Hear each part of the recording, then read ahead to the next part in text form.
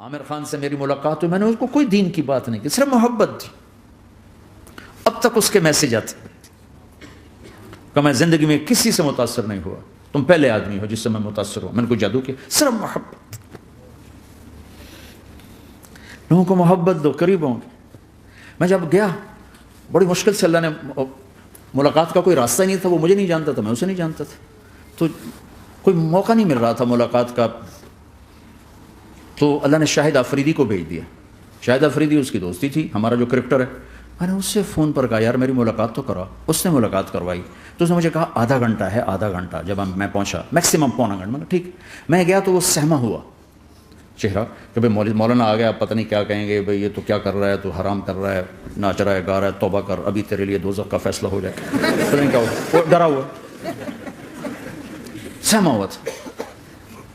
تو میرا ایک دور کالج لائف تھا، میرے اللہ نے مجھے ہدایت دی، اور میں 3 دن کے لیے میں اس دوست کو، اس کی نسلوں کو دعائیں دیتا ہوں جو مجھے زبردستی پکڑ کے لے گیا۔ نہ میرا تبلیغ سے کوئی تعلق، نہ واسطہ، نہ میں کوئی ان سے متاثر۔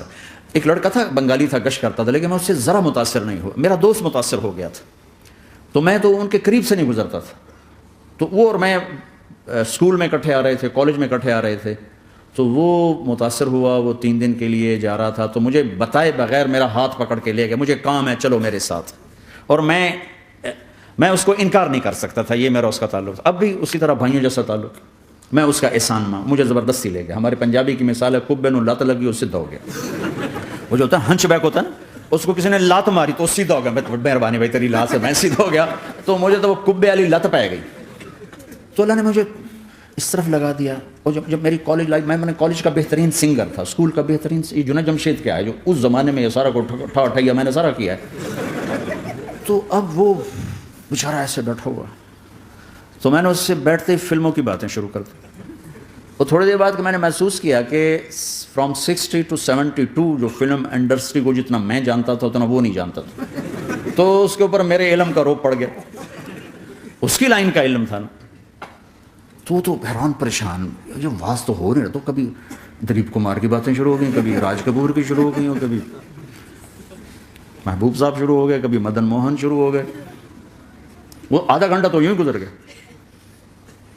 تو آدھے گھنٹے کے بعد میں نے کہا جی ہمارا تو ٹائم اوور کا نہیں، اٹھیں چلے ادھر چل کے بیٹھتے ہیں، کھانے کی ٹیبل پر تھے تو وہاں جا کے بیٹھ گئے، پھر وہیں باتیں شروع ہو گئیں۔ جب اس کا سارا خوف دور ہو گیا اور ریلیکس ہو گیا، اس میں پونے گھنٹے سے 50 منٹ گزر گئے تھے، تو پھر میں نے کہا عامر بھائی آپ حج پہ آئے ہیں، اگر آپ اجازت دیں تو آپ کو اپنے نبی کا حج سناؤں؟ کہنے کہ ہاں جی ضرور سنائی۔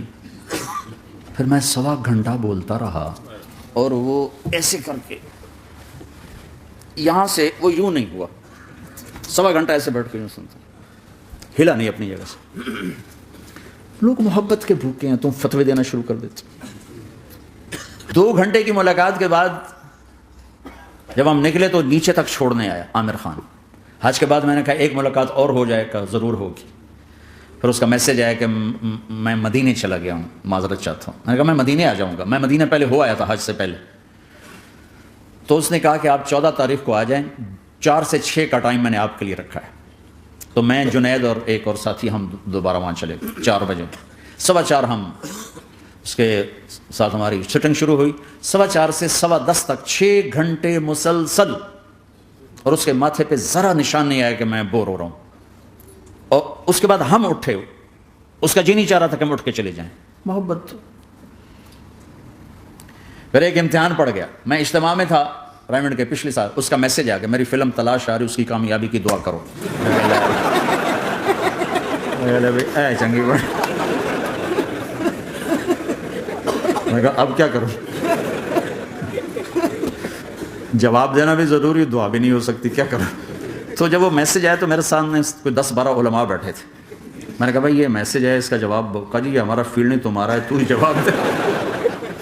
میں سارا دن سوچتا رہا، مجھے کوئی جواب سمجھ میں نہیں آیا، کہ جان بھی بچ جائے جواب بھی چلا جائے۔ پھر اگلا دن بھی گزر گیا، مجھے کچھ سمجھ میں نہیں آیا۔ میں عصر کا وضو کر رہا تھا، ایک دم اللہ نے ایک مضمون دل میں ڈالا، تو میں نے فوراً بیٹھ کر اس کو میسج کیا کہ عامر بھائی جو کریٹو ہوتا ہے نا ذہن، یہ اللہ کسی کسی کو دیتا ہے، تخلیقی ذہن یہ اللہ تعالیٰ کسی کسی کو دیتا ہے، ہر ایک کو نہیں دیتا، اور یہ اللہ کی بہت بڑی عطا ہوتی ہے۔ اور میں نے تمہارا ساتھ جو وقت گزارا اس میں نے دیکھا کہ اللہ نے تمہیں تخلیقی ذہن دیا ہے، تم کریٹر ہو. اور جو لوگ اس ٹائپ کے ہوتے ہیں وہ کامیابی ناکامی کی پرواہ نہیں کرتے، وہ اپنے کام سے کام رکھتے ہیں.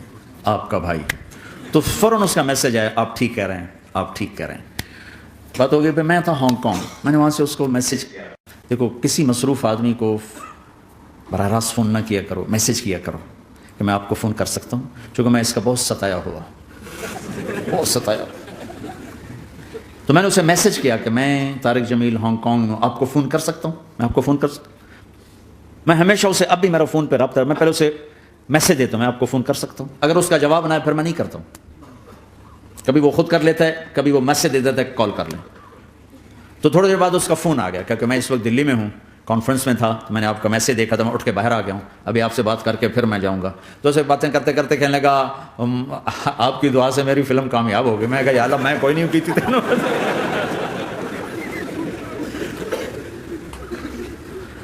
بھائیو محبتیں بانٹو، نفرتیں تو پہلے ہی بہت پھیل چکی.